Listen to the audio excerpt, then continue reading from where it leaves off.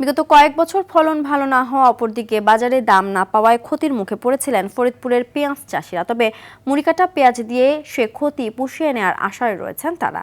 এবছর মুড়িকাটা পেঁয়াজের বাম্পার ফলন ও বাজারে ভালো দাম থাকায় চাষিরা এ সম্ভাবনা দেখছেন। ফরিদপুর প্রতিনিধি জাকির হোসেনের তথ্যচিত্রে আরও জানাচ্ছেন লামিয়া তানজিন মাহমুদ। জেলা হিসেব অনুযায়ী দেশের দ্বিতীয় বৃহত্তম পেঁয়াজ উৎপাদনের জেলা ফরিদপুর। মুড়িকাটা, হালি ও দানা এ 3 ধরনের পেঁয়াজের আবাদ হয় এ জেলাতে। চাষিদের ব্যস্ত সময় পার করতে হয় বছরে এ সময়টায়। একদিকে মুড়িকাটা পেঁয়াজ ঘরে তোলা, অন্যদিকে হালি পেঁয়াজ রোপণ করা।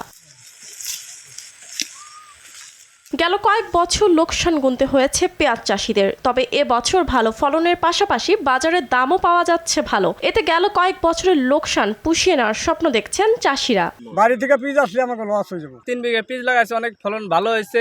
সরকার অনেক সময় বাইরে থেকে পেঁয়াজ আনে, এজন্য আমরা আতঙ্কে থাকি।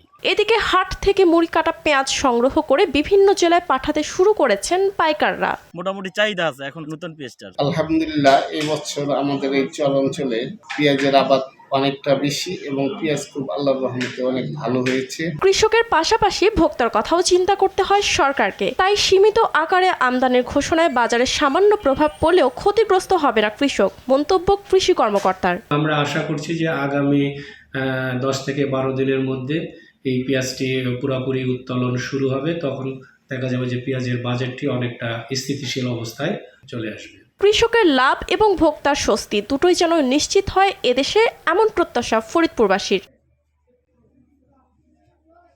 লামিয়া তানজিন মাহমুদ, RTV।